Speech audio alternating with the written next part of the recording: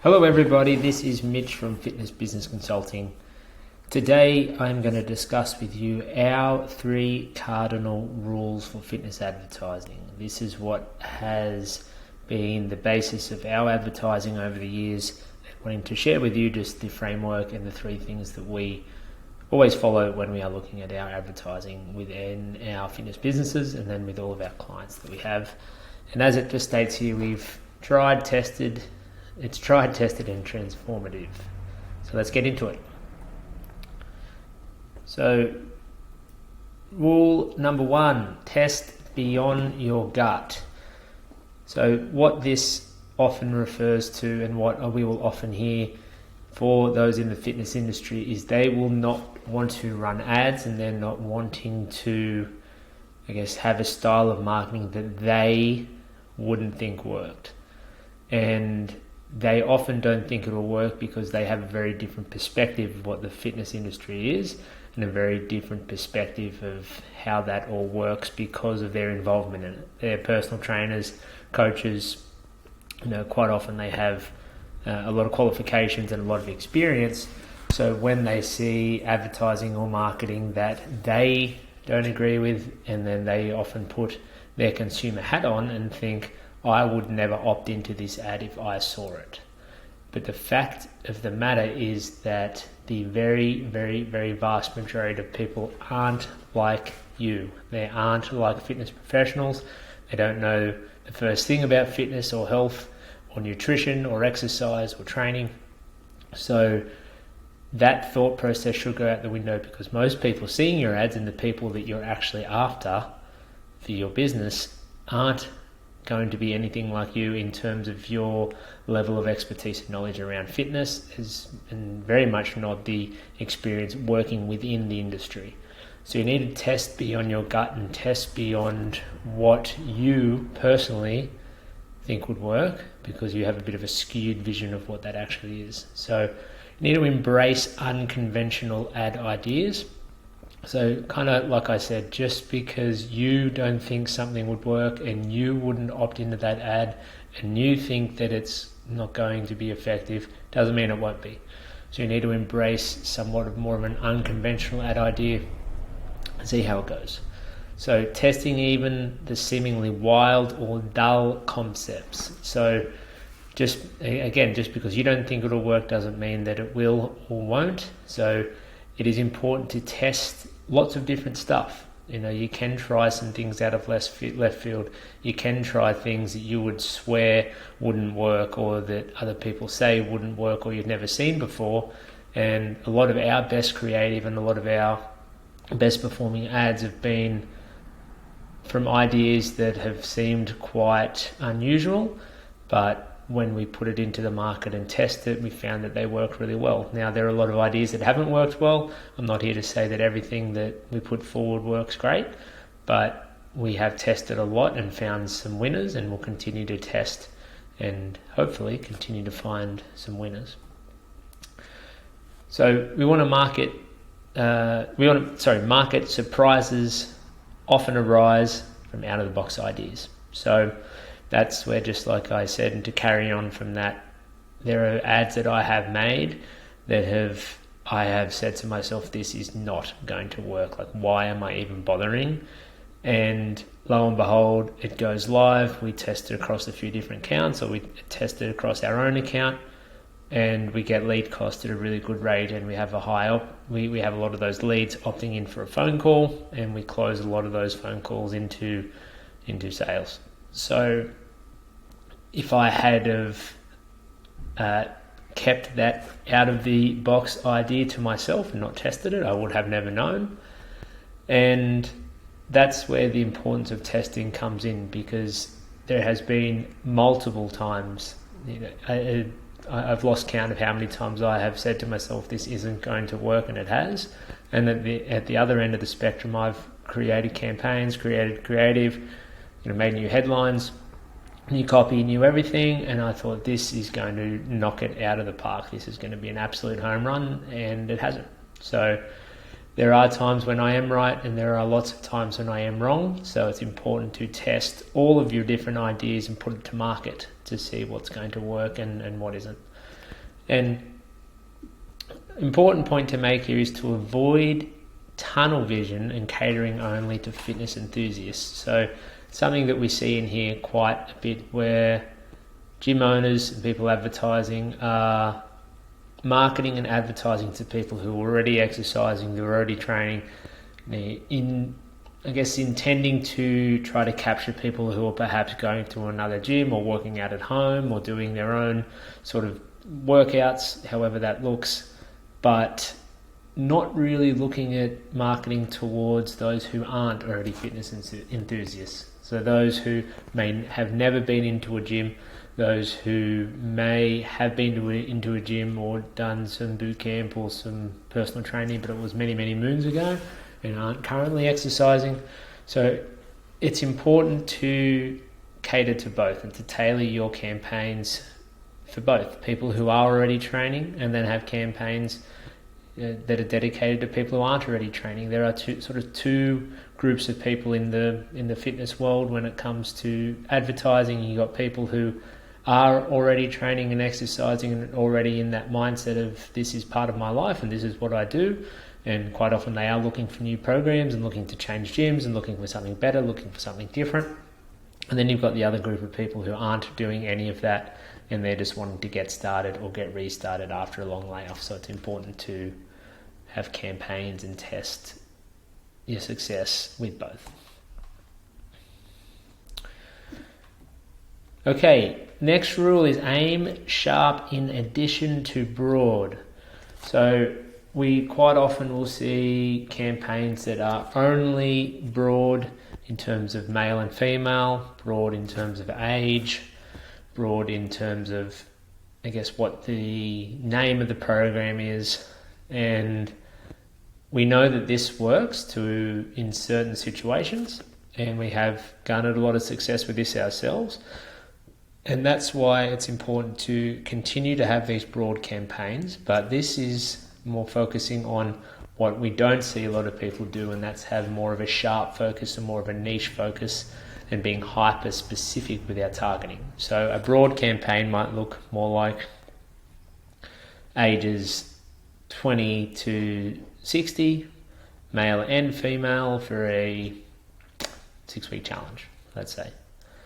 A hyper-specific targeting would be a fit over 40 campaign, which is women only, aged 40 to 49, for even if it is a 28-day fit over 40 program.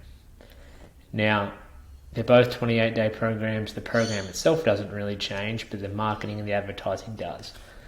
In the back end of Facebook, you are obviously able to target those specific categories. We've got the age and then the gender, so that's an easy one. But then all of your copy, so everything you write, all your headlines, even your lead form, and then most importantly your headline and then your image, they can be more focused to women in their 40s. You can literally say it in a text banner, say we're looking for women in their 40s. You can have photos of women in their 40s or who look as though they're women in their 40s. This is going to be more appealing to women in their 40s than something broad. And the reason why a lot of people don't do it is they feel as though that it is segregating, or having such a niche focus in the market, that they are removing all those other ages, all men, women under 40, women over 50. But the fact is, in marketing and in advertising, if you speak to everyone, you're speaking to no one. That's what we find a lot of the time. Broad campaigns can work well because it is just a numbers game, but it gets to a point where that will fatigue, and that's where you have something a little bit more niche and a little bit more focused. You can have the 45-year-old woman that's seen your broad campaign for months and months and months and never had any interest in it because it hasn't spoken to her directly. Then she sees the Fit Over 40 program for women and she thinks, oh, I'm a woman in my 40s, I'm going to read on. I want to see what this is about. I want to learn more. I want to opt in. I want to have a phone call with someone to talk about things. Whereas the broad campaign may not be something that does garner that same interest and that same intrigue. So it's important to have both. You're going to have schools of people that see something that is a little bit more, broad in the focus and doesn't speak to them directly. But what we have found is a lot of our most successful campaigns have been those really niche offerings where we do aim sharp, target small, and can really speak to that prospect on a deeper level. And we have high opt-in rates, high conversion rates with those. So important to have both. And reason for that is it resonates powerfully with your audience. Like I said, if someone sees a 28-day challenge, they're not going to really resonate that much with it. Obviously, you can have really good creative and good copy and things that are going to be a bit alluring and appealing there. But when we have found to be able to call out specific groups of people in your audience, it does have that ability for people to look at that advertising and say, hey, that's me, which is the whole idea of what marketing is with direct response. And it allows you to cut through the noise with specific targeting as well. If you don't want a certain group of people to be opting in, maybe it is people over the age of 60 or males under the age of 30 you found just aren't good fits for your program, then it allows you to exclude them and focus specifically on who it is that you're after. Last one here, money talks. So when it comes to testing new campaigns, it's not enough just to put it on your organic social media or on your personal profile and see if it works. You need to invest into some paid advertising. We like Facebook and Instagram. If you know Google and YouTube, then by all means that is also paid. For us, we feel like Facebook and Instagram are the best. So you need to invest some dollars into that so you are able to get your message out to people that aren't in your small network. So it's one thing to have it on your organic page where the same 100 people see your content, or on your private page where your same 100 friends see it. But for you to get a true idea of if it is something that is successful, you need to put some money behind it and get it out to a colder audience.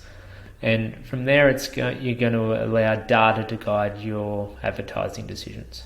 So that's going to give you some real-time numbers of the main one is probably cost per lead and then cost per acquisition. So if you spend $100, you get 5 leads, it's $20 a lead. If you get one sale from that, that's cost you $100 to get that sale. And then you can work out how much that sale's worth to you and see if it's worthwhile. And obviously that's a very basic example, and we would encourage a much higher amount of spend to be able to see if that data does make sense for you. But when you do it organically, or when you do it in that smaller group of people on your private Facebook, you're just not going to have that sort of data to be able to guide your decision making, because you don't get any of that. So need to look at the numbers and use them to your advantage.